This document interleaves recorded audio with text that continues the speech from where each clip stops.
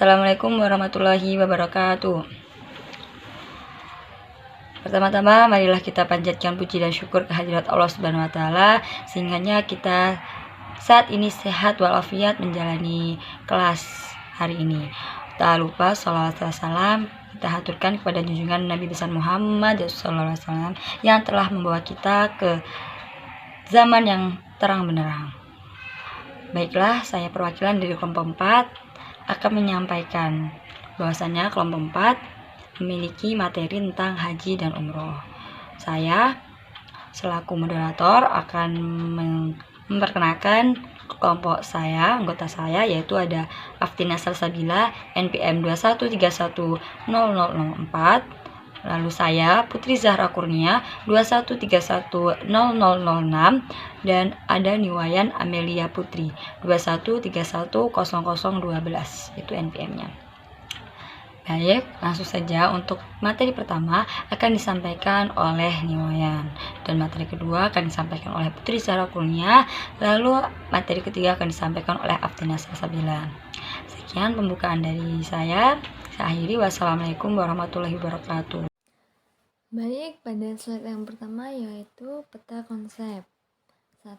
Pengertian dari haji dan umroh, dan yang kedua ketentuan-ketentuan dari haji dan umroh, dan yang ketiga praktek-praktek dari haji dan umroh. Slide yang ketiga, pengertian haji secara bahasa.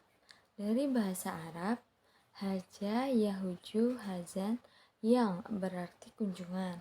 Secara istilah, haji berarti sengaja berkunjung ke Baitullah atau Ka'bah di Mekah Al-Mukarramah untuk melakukan serangkaian amalan ibadah atau ibadah untuk memenuhi perintah Allah dan mengharapkan keriduannya dengan syarat-syarat tertentu. Baik, masuk ke slide 4 tentang hukum haji. Hukum haji itu wajib bagi yang mampu sesuai dengan Quran surat Al-Imran ayat 97. A'udzu billahi minasyaitonir rajim. Bismillahirrahmanirrahim. Fihi ayatum bayyinatum maqamu Ibrahim wa man dakhalahu kana amina walillahi 'alan nasi hajjul baiti man istata'a ilaihi sabila wa man kafara fa innallaha ghaniyyun 'anil alamin. Yang artinya, di sana terdapat tanda-tanda yang jelas, diantaranya makam Ibrahim. Barang siapa memasukinya, amanlah dia. Dan diantaranya ada kewajiban manusia terhadap Allah, yaitu melaksanakan ibadah haji ke Baitullah, yaitu bagi orang-orang yang mampu mengadakan perjalanan ke sana. Barang siapa mengingkari kewajiban haji itu, maka ketahuilah bahwa Allah Maha Kaya, tidak memerlukan sesuatu dari seluruh alam. Dari ayat ini sudah jelas bahwasannya haji atau berangkat ke Baitullah, ke tanah suci, itu wajib bagi kita yang mampu secara finansial, mampu secara rohani, mampu secara faktor-faktor lainnya yang mendukung kita untuk pergi ke Baitullah, sebagaimana kita ini tinggal yang jauh dengan Baitullah. Kemudian, barang siapa mengingkari kewajiban haji, artinya sekarang banyak orang yang sebenarnya mampu tapi tidak berkeinginan. Nah, itu yang bisa dikatakan sebagai mengingkari.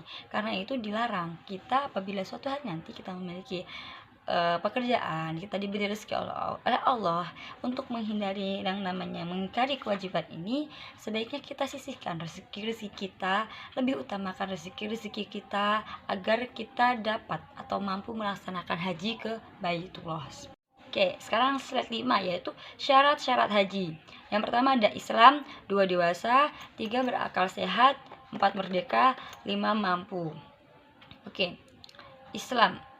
Ya, artinya kita haji ini hanya diperuntukkan oleh muslim, oleh orang Islam, dan tidak mungkin orang kafir, tidak muslim itu ikut berangkat haji dan melaksanakan ritual haji, itu tidak mungkin ya. Kemudian ada yang namanya berakal sehat. Berarti kita secara rohani, secara akal, secara pikiran itu kita sadar melakukan ibadah yang Allah perintahkan, ya Allah wajibkan. Kemudian selanjutnya nomor 3, sehat secara jasmani dan rohani. Artinya kita sehat melaksanakan ibadah haji, kuat untuk melaksanakan haji yang dengan berbagai macam bentuk-bentuk ibadahnya. Kemudian kita secara memahami ritual haji yang sekian banyaknya, kita siap secara mental, tidak hanya cukup siap secara secara raga ya, kita harus juga sehat secara mental agar kita siap menjalani ibadah haji yang dilakukan selama berhari-hari. Kemudian balik mencapai usia dewasa. Hal ini dikarenakan karena ketika kita balik, kita sudah mampu mandiri dan sudah mampu yang namanya beribadah. Fokus ibadah itu hanya kepada Allah Subhanahu wa taala. Seperti itu. Kenapa mencapai usia dewasa itu diperlukan sebagai syarat haji. Kemudian yang selanjutnya, yang kelima adalah keempat ya, merdeka. Artinya kita bukan seorang budak atau bukan seorang yang terikat oleh orang lain. Kita secara bebas masuk ke Baitullah untuk menunaikan haji dan untuk bermunajat kepada Allah Subhanahu wa taala. Kemudian yang terakhir adalah syarat haji, yaitu mampu. Ya, seperti saya sebelumnya, mampu itu mampu dalam materi, mampu dalam mental, mampu dalam fisik, dan yang lebih terpenting adalah biaya ya, karena ibadah haji ini membutuhkan biaya yang tidak murah. Jika kita menjual seluruh aset yang kita punya, itu belum tentu cukup untuk melaksanakan ibadah haji. Karena itu, ibadah haji itu harus dipersiapkan dari sekarang hingga nanti kapan kita akan diperjodohkan untuk bisa bertemu dengan Baitullah, seperti itu. Next, selanjutnya. Oke, untuk slide ini ada rukun haji. Ada 6. Yang pertama ihram, kedua wukuf, ketiga tawaf, 4 sa'i, 5 tahallul, dan 6 tertib. Kita akan bahas satu-satu ya. Yang pertama ihram. Ihram itu diberikan untuk keadaan khusus. Kita ihram itu dalam keadaan suci yang menandakan kita siap untuk menjalani haji. Mulai sudah ibarat pintu, kita sudah di luar tinggal masuk dan kita dalam keadaan suci, bersih seperti itu ya. Apabila kita ingin bertamu ke rumah mertua, di depan pintu kita sudah wangi, sudah rapi, sudah siap dengan segala pertanyaan, sudah siap dengan segala hal-hal yang ditunggu, seperti itu. Oke. Untuk ihram sendiri, kita sudah menggunakan namanya pakaian serba putih tanpa ada namanya jahitan ya. Kita langsung melambangkan putih-putih itu, atau pakaian kita gunakan ya, putih itu melambangkan kesucian, kebersihan. Untuk laki-laki diharuskan menggunakan 2 kain putih, yang satunya dililitkan di pinggang sampai ke bawah lutut, yang satunya disampingkan ke bahu ya. Ya, ini sudah tidak hal yang umum, bukan hal yang tabu lagi. Kemudian untuk perempuan bisa menggunakan pakaian biasa yang menutup aurat, namun wajah dan tangannya tidak boleh tertutup. Wanita menggunakan ya sebagaimana wanita seharusnya berbusana saat ihram. Kita seharusnya sebagai wanita ya, ihram ini salah satu contoh pakaian terbaik wanita, yaitu cukup wajah dan tangannya saja yang terlihat. Kemudian ketika ihram, kita dilarang menggunakan namanya parfum. Lalu kita juga dilarang tidak boleh memotong kuku, mencukur rambut di bagian tubuh manapun, kemudian melakukan hubungan, terus membunuh hewan, menikah, memakai penutup kepala bagi jamaah laki-laki, kemudian menutup wajah dan tangan untuk jamaah perempuan. Tujuannya ini adalah menegakkan atau menunjukkan kesetaraan semua jamaah di hadapan Allah Subhanahu wa taala tanpa ada perbedaan yang kaya atau yang miskin. Menggunakan kenapa sih baju ihram yang kita gunakan saat ihram itu tidak jahit? Itu karena kain yang tidak jahit itu menyimbolkan menyimbolkan agar kita itu menjauhkan yang namanya dari sombongnya manusia, seperti itu. Lewat pakaian kita diharapkan kita tidak memiliki yang namanya kesombongan, seperti itu. Lanjut, yang kedua itu adalah wukuf. Wukuf secara arti sendiri itu adalah berdiam diri, dimana kita diam, tidak hanya berdiam, tidak memikirkan apapun, tapi saat kita wukuf kita selalu berzikir kepada Allah dan berdoa di padang Arafah dari matahari terbenam sampai terbit lagi. Ya, dari terbenam sampai terbit, kira-kira dari maghrib sampai subuh. Nah, ini biasanya dilakukan waktu bulan haji di 9 Zulhijjah sampai 10 Zulhijjah. Ini lanjut ke tawaf dan sa'i. Tawaf dulu ya. Tawaf itu adalah berjalan mengelilingi Ka'bah searah jarum jam. Itu sudah kita tahu ya, melalui TV, melalui gambar-gambar dan sebagainya, bahwasannya orang-orang dari seluruh penjuru, orang muslim dari penjuru dunia melakukan tawaf berkeliling di Ka'bah. Selama tawaf, jamaah bisa mencium atau menyentuh yang namanya Hajar Aswad.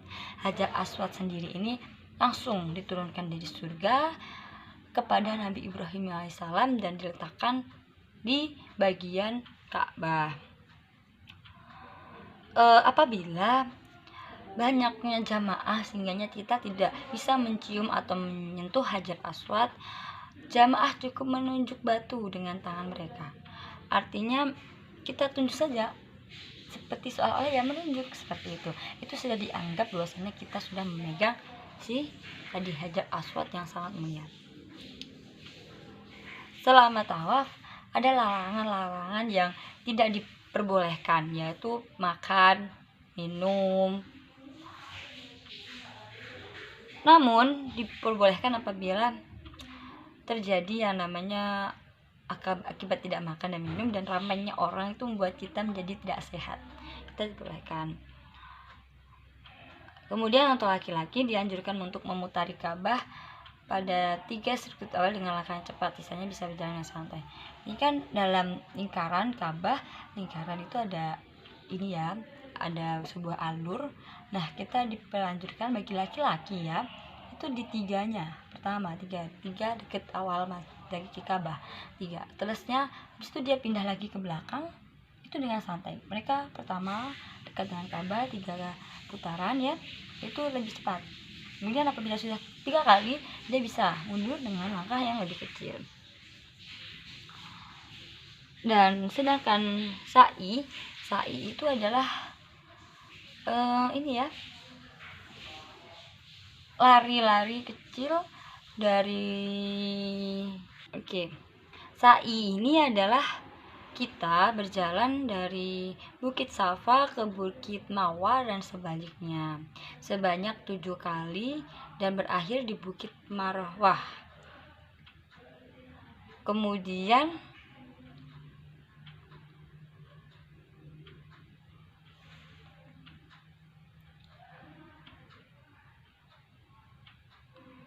ya seperti yang saya katakan ya, ada hikmah dibalik ini sa'i ini.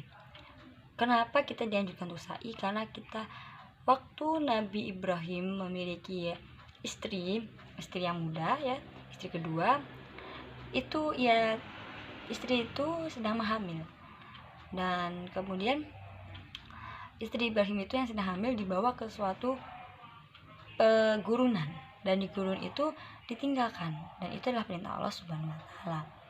Karena itu adalah perintah Allah Subhanahu wa taala, maka istrinya ridho dan ditinggalkan sendiri di tempat itu. Setelah itu dia melahirkan anaknya. Nah, itu antara sudah melahirkan atau belum ya, saya agak lupa.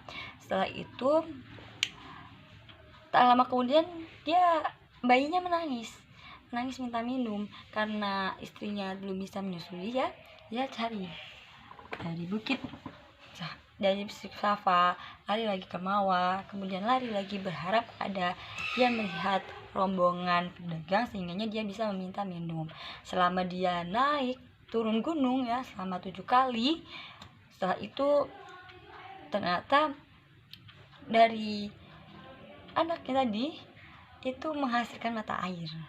Lah mata airnya itu muncul akibat hentakan kaki si bayi tersebut. Masya Allah ya, sehingga kita dianjurkan untuk syai. Kemudian lanjut ke yang namanya tahallul.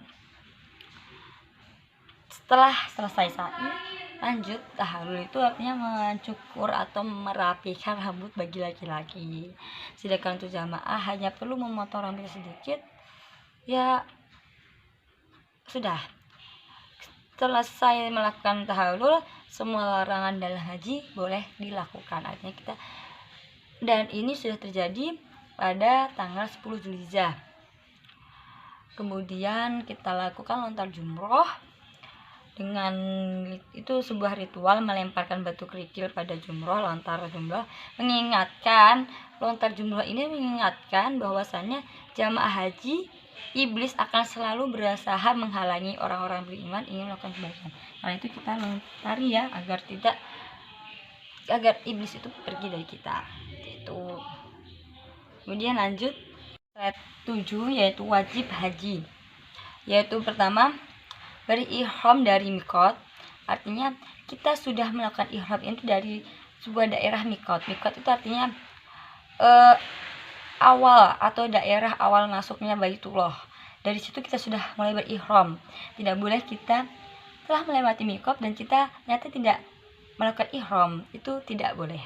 Kemudian lanjut, dan mikot ini ada daerah-daerahnya. Dari Palestina ada bagiannya sendiri, dari yang arah barat ada bagiannya sendiri, mikotnya sebelah mana. Dan dari Asia ya, dari Asia sendiri mana mikotnya itu ada. Dan itu harus dimulai masuknya, pintu awal kita ihram itu di mikot itu. Kemudian ada makib atau menginap di Musdalifah. Nah, yang ketiga adalah mabit di Mina pada hari-hari tasyrik, kemudian melempar jumroh, tawaf wada sebelum meninggalkan Makkah.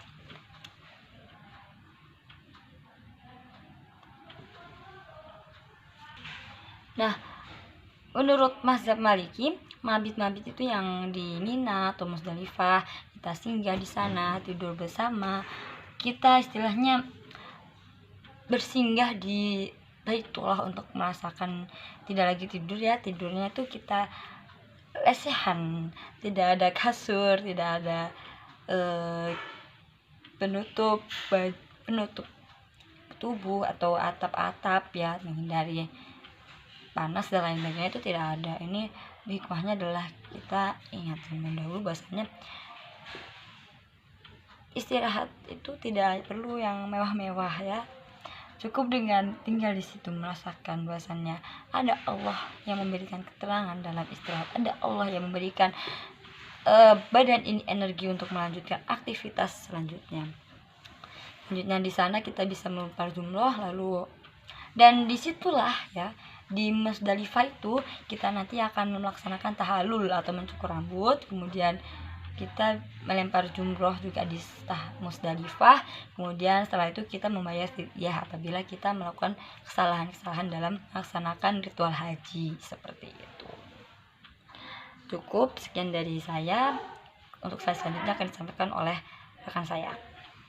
Bismillah, izin melanjutkan materi yaitu tentang macam-macam haji. Yang pertama ada haji tamatu, yaitu mengerjakan umroh terlebih dahulu kemudian melaksanakan haji.